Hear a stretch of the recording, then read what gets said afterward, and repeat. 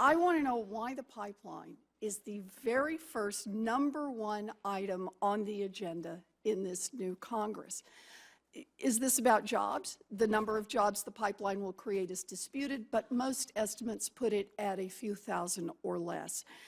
What if we focused on highways instead of pipelines? We urgently need to pass a permanent highway bill. The Senate would appear to be just a few votes shy of passing a veto-proof version of the Keystone Pipeline bill. This as the under-table maneuvering is in full swing, and the question has to be asked if most Americans should even care at this point about a pipeline bringing no additional energy to the United States. So let's welcome back to MidPoint, Chairman of the Alliance for Innovation and Infrastructure, familiar with the Pipeline and Hazardous Materials Safety Administration for many years, Brigham McCown joins us. Brigham, thanks so much for being here. Absolutely, Ed. A pleasure to be back on your show. Brigham, let's get to this right now with regard to the question that was just asked by Elizabeth Warren here.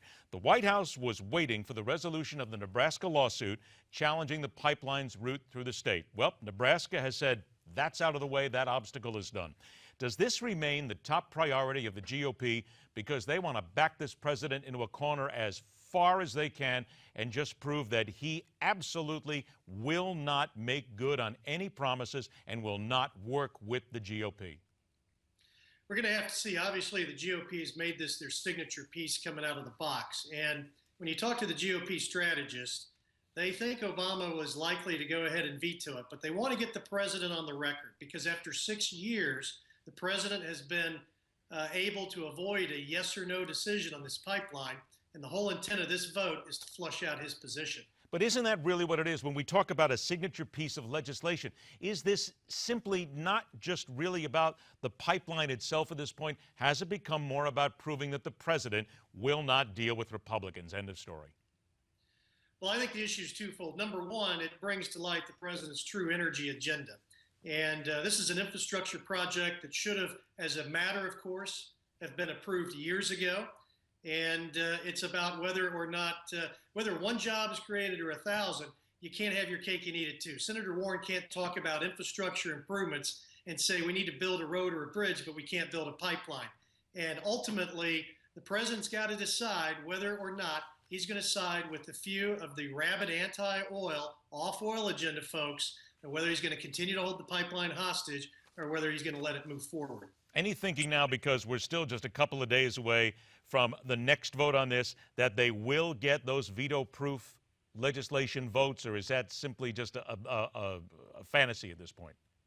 Well, it's pretty close, Ed, and there are a lot of moderate Democrats who would like to support it. A lot of Democrats do support the project. Organized labor is behind the project. I really think to get Keystone over the hump, and it should, because if you're in the White House, there's not been a single infrastructure project that a president has ever had around his neck for this long a period of time. He wants to get this off his plate too. But frankly, both Republicans and Democrats need to negotiate, come up with a face-saving way for the president to back out of this thing.